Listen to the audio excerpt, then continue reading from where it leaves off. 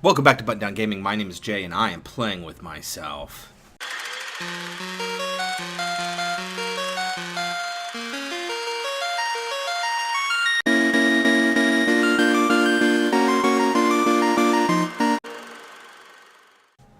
So last time we fell from the sky, we moved this bowl, our blood went into it, that's why everything's red, and somebody told us to make this path here. So, alright, let's go on. Who are you now? As soon as you touch the orb, a memory floods your mind. You stand in front of a rusted door. The air is humid and dank. You've had a moment's respite from this weather-logged hell.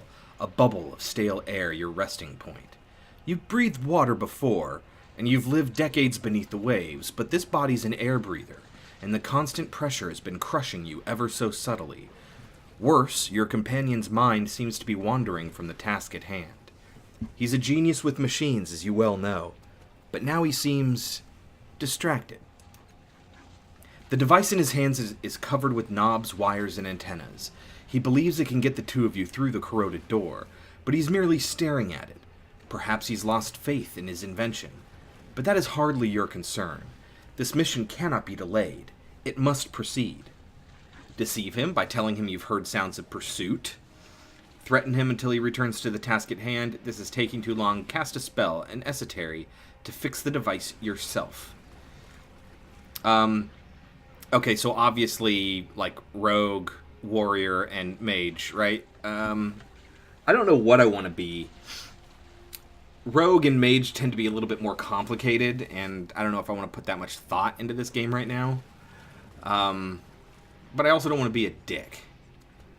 So let's deceive him. Your words echo clearly, and he looks up, surprised, as you cut through his indecisive daze. He grimaces and says, "All right, we'll be through the door before they catch up." His fingers make minute adjustments to the knobs and blinking levers of the device, and the stale air of your bubble freshens as the door swings open. A dark hallway lies beyond, a passage that links the waterboarded cells and the aquatic viewing areas. What you seek lies there. Moments later, you're underwater again, your hands closing around a strange yet familiar artifact. You need it to complete something. It hovers above a pedestal, rotating in the dark water. An electric current runs through your fingers as your hand crosses the vertical plane of the pedestal, and an iridescent field coalesces so fast that the wave of pressure dazes you for a moment. The rising pulse of a sonar alarm ripples through the water. That's what we're hearing right now. The guards won't be far behind. They won't be able to protect it forever. Disable. Use a device to stop them. One of the ciphers in your belt. Devices and traps and stuff like that is not really my thing. Yeah, working with stuff, though, in the environment, I'll do that. You focus on the... See, I think this is a character creation if you haven't caught on. You focus on the cloudy base of the pedestal. Your fingers instinctively find the control panel for the jeweled force field, almost as if you had built it in the first place. You remove it, casting it to the side, and you reach inside to deactivate the crystals that power both the pulse and the pedestal. As you remove them, a scaly hand falls on your shoulder. Your head whips around and you see only the inky blackness of a Piscine eye. Piscine eye? I think it's Piscine eye. I think that's fishy, like Pisces. Only the inky blackness of a Piscine eye. The memory begins to fade as if you were being drawn backward through a tunnel, and you hear more pylons rising from the pit. Something is wrong. The events within the orb have settled into that gap in your mind, but the edges of it are rough, as though the memory itself is not truly yours. There's something else. A gust of sour air pulling at you, like a predator inhaling the scent of its prey at the far end of a dark, whispering field. Alright.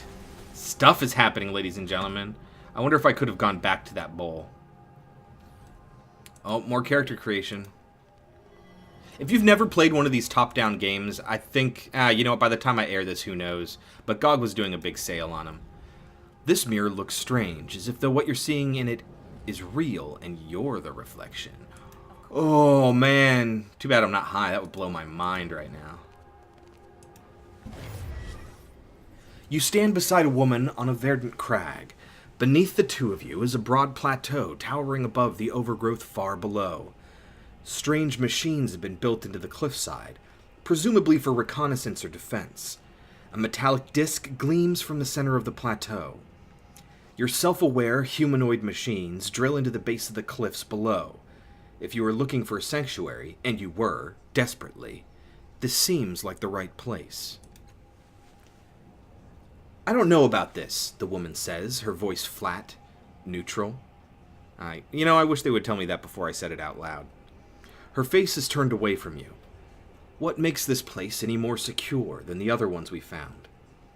Draw her attention to the hidden details that your more experienced eye can clearly see. Perception. Use your charm, to persuade her of the merits of the site and to remind her of the time constraints. Convince her with the wisdom of your superior intellect. So this is more and more clearly a character creation. Or at least at the end it'll make a recommendation based on what you do. So do I want perception? Do I want charm? Do I want intellect? I think charm or perception. I'm going to go with... Oh, God. Either one of these are going to be really good. And there's a lot of combos going on in here. Let's do charm. A cloud passes over the sun as you engage her in spirited, friendly debate, pointing out the footprint of a prior world civilization whose power remains untapped. After a few minutes, she laughs, raising her hands in mock surrender. Stop! Your servitors are down there. You've already chosen this as a site, haven't you? She waits for your affirmation and says, "All right, I'm convinced." The two of you sketch your plans for the sanctuary, drawing schematics and architectural diagrams. Then you descend onto the plateau to examine the open ground. The woman suggests having one of the servitors build a shelter for your time there. You draw to one of... Fuck. The woman suggests having one of the servitors build a shelter for your time here. You draw... I swear to God, this is... You try to draw one of the constructs away from its task, but it doesn't respond to your voice. When you lay a hand on its shoulder to reinforce your command, it whirls and strikes you across the face with inhuman speed. It turns back to its task, ignoring you. Your companion helps you rise, laughter in her eyes. It seems your construct has other ideas. What's the matter with it? Use the Numenera integrated into the construct's body to overwhelm the behavior malfunction. I don't know what that means. Examine the construct for mechanical faults. Look for a deeper solution. Perhaps it's an effect of the metallic disc itself. Let's do this Numenera one. Don't know what that means. A mist falls onto the plateau as you activate the time-scarred artifacts fastened to the construct's behavioral core with a sub-vocalized command. With an abrupt clack and a pulse of pleasant warmth, the devices purge the error, and 7 copper-banded spheres drop out of evenly spaced rifts in the air. Ignoring this common side effect, you give new orders to the malfunctioning construct. Whoa, where'd it go? There it is. You give new orders to the malfunctioning construct in a firm, clear voice. Acknowledged. It obediently trembles to the side of your new shelter. The image freezes, then fades, and you feel the memory filling the gap in your mind, block by jagged block. You stagger, clutching your head, reclaiming your memory's hurts. And once more, there's something else.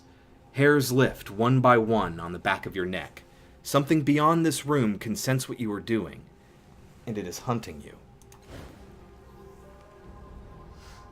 Well, it can't follow me that way, apparently. I'm changing, and I don't know why. What's this? Okay, there we go. No sign or symbol tells you what might be behind this enormous door. A dull chill radiates from its bronze-segmented surface, and the thick metal wheel seems frozen in place. The light around the door's frame dims and flares, like a roaring fire in a high wind. Countless scratches and wounds mar the surface of this door. Someone made a great effort to get inside, to no avail. All right. Speaking of all right, we're going to do this memory next time on Button Down Gaming, so come on back and, watch me play with myself.